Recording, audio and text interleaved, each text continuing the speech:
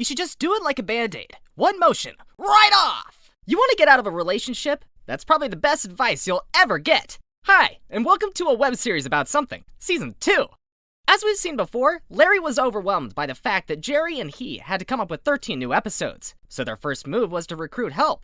Larry Charles will end up working on 18 episodes from Season 2 to Season 6, and Peter Mehlman on 21 others from Season 2 to the end of the show. Having said that, Larry and Jerry still had to write 7 episodes together for the season, with Larry writing 2 others alone. Charles wrote 3 and Mehlman 1. Among these 13 episodes, The Stranded was shot, but postponed to Season 3, Larry not being satisfied with the episode. Another one written by Charles, The Bet, was never shot. More on that later.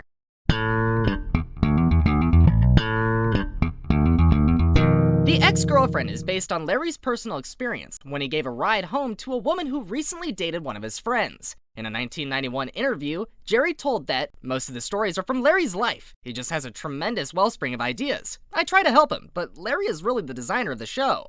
In this episode, the ex-girlfriend, Marlene, is played by Tracy Kolis. At the time, Kolis was known for her roles in such TV series as All My Children, Another World, and Days of Our Lives.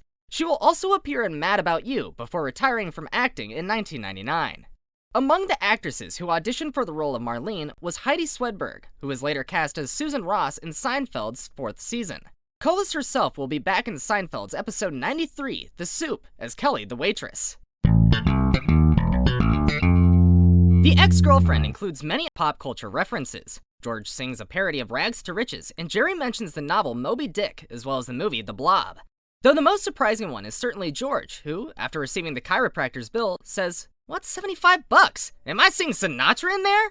Born in 1915, Frank Sinatra died at the age 82 on May 14th, 1998, the exact same date the last episode of Seinfeld aired on NBC. Remember we talked about Jerry's passion for Porsches? Here's another proof. Speaking of passion, The Ex-Girlfriend also marks the first time we witness Kramer's love for golf.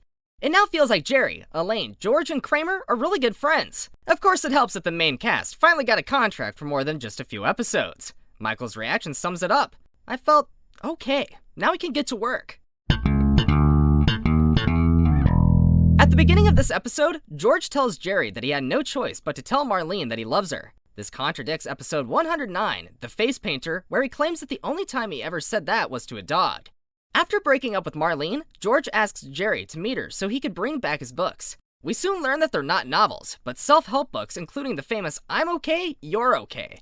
With more than 15 million copies sold, I'm Okay, You're Okay not only made the New York Times bestseller list in 1972, but remained there for almost 2 years. You can see copies of the book in such movies as The Breakfast Club, Hannah and Her Sisters, and Good Will Hunting. But as we all know, no matter how many times he reads it, no matter who he's with, George will never be okay. Next episode, The Pony Remark. So that's it, Selenites. If you have an idea for a topic you would like me to cover, leave it in the comments. Thanks for watching. Smash that subscribe button and turn notifications on so that you won't miss any of the regular uploads. And remember, film horizontally.